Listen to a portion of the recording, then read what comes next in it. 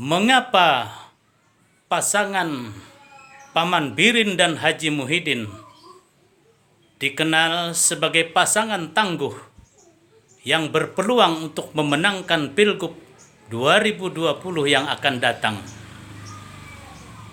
Ada beberapa alasan yang mendasari pemikiran di atas. Yang pertama, Paman Birin dan Haji Muhyiddin dikenal sebagai tokoh yang sangat merakyat. Mereka berdua dikenal dari kalangan atas hingga kalangan bawah. Yang kedua, mereka berdua dikenal sebagai pemimpin yang memiliki sifat sosial dan kedermawanan yang tinggi.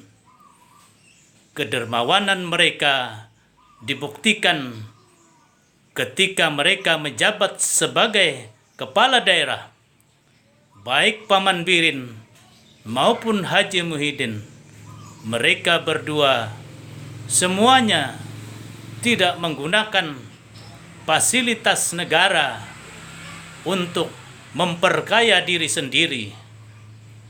Yang ketiga, mereka berdua adalah dikenal sebagai eksekutor, sebagai pemimpin yang banyak bekerja daripada berbicara, banyak bekerja dan sedikit bicara. Itulah Paman Birin dan Haji Muhyiddin. Fahmi Amrusi, Rumah Banjar, melaporkan.